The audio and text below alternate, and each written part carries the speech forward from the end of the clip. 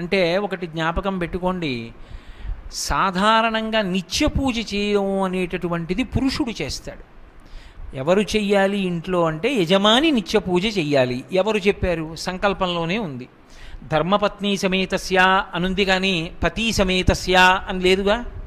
అంటే దాని అర్థం నేను చెయ్యాలి అని దాని అర్థం. ఇంట్లో పూజ ఇంటికి యజమాని చెయ్యాలి. ఎందుకని? ఇల్లు అభివృద్ధిలోకి రావాలని ఎవరు కోరుకోవాలి? యజమాని కోరుకోవాలి. యజమానిగా ఉన్నవాడు అది కూడా అడగడం బరువైపోతే పూజామందిరంలోకి వెళ్ళడం ఇంకా అంతకన్నా అన్యాయమైన విషయం ఏముంటుంది? ఇక నేను దాని మీద వ్యాఖ్యానం చేయడం అనవసరం. కాబట్టి అలాగే పూజ చేస్తారు అని మనం భావన చెయ్యాలి. చేసినప్పుడు పురుషుడు ప్రతిరోజు పూజ చేస్తాడు. ఏదో నైమిత్తిక తిథులలో పూజలు చేసేటప్పుడు భార్య కూడా పక్కన కూర్చుంటుంది, వినాయక వ్రతం లాంటిది చేసేటప్పుడు. ఇప్పుడు ఇందులో మీరు ఒక విషయాన్ని గమనించాలి. వస్త్రధారణా నియమము అన్నప్పుడు ప్రధానంగా వస్త్రధారణా నియమము అన్నది అన్వయం ఎవరికి అంటే పురుషునకు. స్త్రీ విషయంలో అంత లోతుగా స్పృశించవలసిన అవసరం ఉండదు. ఎందుకంటే ఎప్పటి నుంచో ఉన్న సంప్రదాయం, ఆడపిల్ల అయితే ఏదో లంగా ఓణి జాకెట్టు వేసుకుంటుంది, వివాహితలైతే చీర కట్టుకుని రవిక తొడుక్కుంటారు. మనం అమ్మవారికి అవే కదూ ప్రదానం చేస్తాం, కాబట్టి మనం కూడా అలాగే కట్టుకుంటాం. అంతకన్నా ఇక నేను స్త్రీల వస్త్రధారణకి సంబంధించిన విషయం గురించి చర్చ చెయ్యను. ఇక పురుషులకు సంబంధించి వేదం ఒక మాట చెప్పింది, వికచ్చః అనుత్తరీయశ్చ నగ్నశ్చ అవస్త్ర ఏవచ. గోచి పొయ్యకుండా కేవలం బట్టని చుట్టూ మాత్రమే తిప్పాడు అనుకోండి, దిగంబరుడే అవుతాడు.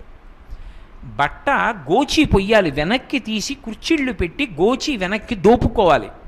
దాన్ని కచ్చము అంటారు. అంటే గోచి పోసి కట్టుకున్నాడు. వికచ్చః అలా వెనక కుర్చీళ్ళు పోసి గోచి పెట్టుకోలేదు. అనుత్తరీయశ్చ పైన ఉత్తరీయం లేదు. అంటే ఉత్తరీయం ఒకటే ఉండాలి పురుషుడికి. చొక్కా కానీ బనీను కానీ ఏదీ ఉండకూడదు పూజ చేసేటప్పుడు. దేవాలయంలోనైనా అంతే. ఏదో కళ్యాణం చేసుకోవడానికి వెళ్ళామనుకోండి, ఎవరో వచ్చి చిన్నపిల్లలకి చెప్పినట్టు మీరు చొక్కా విప్పండి, మీరు బనీని ఇప్పండి అని చెప్పక్కర్లేదు. మనంతట మనమే తీసి కూర్చోవాలి. ఎందుకంటే అది భగవంతుని యొక్క అనుగ్రహాన్ని అపేక్షిస్తున్నావు. నీ గుండెలలో ఏ పరమాత్మ ఉన్నాడో వాడే ఎదురుగుండా ఉన్నాడు. వాడు వీడిని, వీడు వాడికి కనపడాలి. నువ్వు ఉత్తరీయం ఒకటే వేసుకుంటారు పురుషులు. వేసుకుని వికచ్చః గోచి పోసి పంచె కట్టుకోవాలి. ఎడమ భుజం మీద ఉత్తరీయం ఉందనుకోండి, వాడు భార్యాసహితుడు మంగళప్రదుడని గుర్తు. కుడి భుజం మీద ఉత్తరీయం వేసుకున్నాడు అనుకోండి, భార్య చనిపోయింది, అమంగళకరుడు, ఆయన యజ్ఞయాగాది క్రతువులకు పనికిరాడని గుర్తు. అసలు ఉత్తరీయం వేసుకోలేదనుకోండి, ఆయన పూజకి అర్హుడు కాడు అని గుర్తు. కాబట్టి అనుత్తరీయశ్చ ఉత్తరీయం లేకుండా ఉండకూడదు. రెండు, ఇంటికి ఎవరైనా పెద్దలు వస్తున్నారనుకోండి, మీ యందు పెద్దరికం వాళ్ళు చూస్తున్నారు అని గుర్తేమిటో తెలుసా? మీకు స్వాగతం చెప్పడానికి బయటికి వచ్చిన ఇంటి యజమాని యొక్క ఎడమ భుజం మీద ఉత్తరీయం ఉన్నదా లేదా అన్నది చూసుకోవాలి. నేను ఎవరింటికైనా వెళ్ళాననుకోండి, ఆయన ఎడమ భుజం మీద ఉత్తరీయం వేసుకుని ఎదురొచ్చి స్వాగతం పలికాడు అనుకోండి, నేను ఆయన యొక్క అభ్యున్నతి కొరకు మంచి మాటలు చెప్పచ్చు. ఆయన అలా రాలేదనుకోండి, నేను వెళ్ళి నా పని చూసుకుని వెళ్ళిపోవడమే మంచిది. ఎందుకో తెలుసా? నాకు ఆయన పెద్దరికం ఇస్తున్నాడని గుర్తేమిటంటే భుజం మీద ఉత్తరీయంతో స్వాగతం పలకాలి. మీరు గమనించండి, కావ్యాలలో పురాణాలలో భుజం మీద ఉత్తరీయంతో స్వాగతం పలికాడు అని ఉంటుంది. అప్పుడే పెద్దలు మాట్లాడతారు. కాబట్టి ఉత్తరీయం ఉండాలి. నువ్వు ఎవరితో సమన్వయం అవుతున్నావు? భగవంతుడితో సమన్వయం అవుతున్నావు. పూజలో ఆయన చెయ్యి చాపాలి, ఆయన కాళ్ళు చాపాలి. లేకుండా ఎలా ఆయన కాళ్ళు కడుగుతావు? ఆయన తింటే కదూ నువ్వు పెట్టింది అందింది. ఆయన అనుగ్రహించాలంటే నువ్వు మంగళప్రదుడవై ఉండాలి, ఉత్తరీయం వేసుకుని ఉండాలి. అనుత్తరీయశ్చ నగ్నశ్చ, వాడు బట్టలు లేకుండా పూజ చేశాడు అని గుర్తు. అవస్త్రయేవచ మళ్ళీ నొక్కి చెప్పింది వేదం. వాడు నగ్నంగా ఉన్నాడు. నగ్నము అన్న మాటకు అర్థం ఏమిటంటే దిక్కులు కప్పని వాడై ఉన్నాడు. నేను ఏదో ఇలా ఒక్కటే కట్టాననుకోండి, పూజకు పనికిరాను. గోచి పోసి కట్టే కూర్చోవాలి.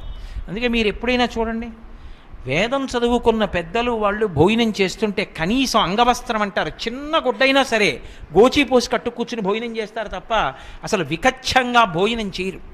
వికచ్చంగా పూజ దగ్గరికి వెళ్ళరు. దేవాలయంలోకి అంతరాలయ ప్రవేశం చెయ్యరు. వికచ్చః అనుత్తరీయశ్చ నగ్నశ్చ అవస్త్రయేవచ.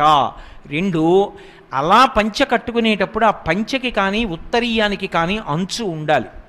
అంచు లేని బట్ట కట్టాడు అంటే అమంగళప్రదుడు అని గుర్తు, అమంగళమైన స్థితిలో ఉన్నాడు అని గుర్తు. అందుకే అవతలవాడు 10 కాలాలు బ్రతకాలి అని కోరుకుంటే ఏం చేస్తారంటే అంచు ఉన్న బట్టలు తీసుకొచ్చి పెడతారు. ఒక ప్యాంటు గుడ్డ నేను పెట్టాను అనుకోండి, దానికి అంచు ఏముంటుంది? నేను చొక్కా గుడ్డ పెట్టాను అనుకోండి, దానికి అంచు ఏముంటుంది? అందుకే పీటల మీద అల్లుడికి పెట్టాలి అంటే పీటల మీద ఉండగా, నీకు ముచ్చటుంది ఓ కోటు కుట్టించాలనుకున్నావు బయట కుట్టించు. పీటల మీద కూర్చునున్నాడు భగవత్కార్యంలో, ఇప్పుడు అది ఆయుక్కారకం నువ్వు ఇచ్చింది, నువ్వో ఉత్తరీయం వేసుకోవాలి. ఉత్తరీయం లేకుండా బట్టలు పెట్టకూడదు, ఉత్తరీయం లేకుండా బట్టలు పుచ్చుకోకూడదు, అంచు ఉన్న బట్ట పెట్టాలి. అందుకే ఇప్పటికీ మన వాళ్ళు పంచెల చాప్ పెడతారు.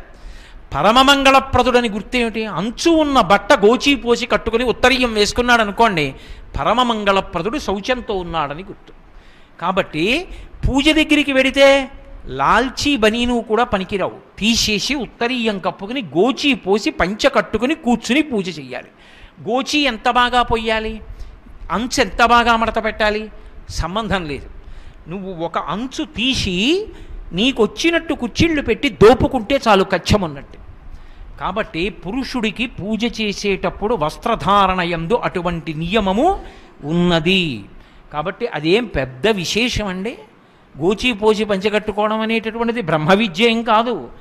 కాస్త బట్ట యువతలకి విడిచి యువతల బట్టని కుర్చీళ్ళు పెట్టి ఇలా దోపుకుని తీసి వెనక్కి తిప్పి కుర్చీళ్ళు పెట్టి ఇలా దోపితే అయిపోయింది.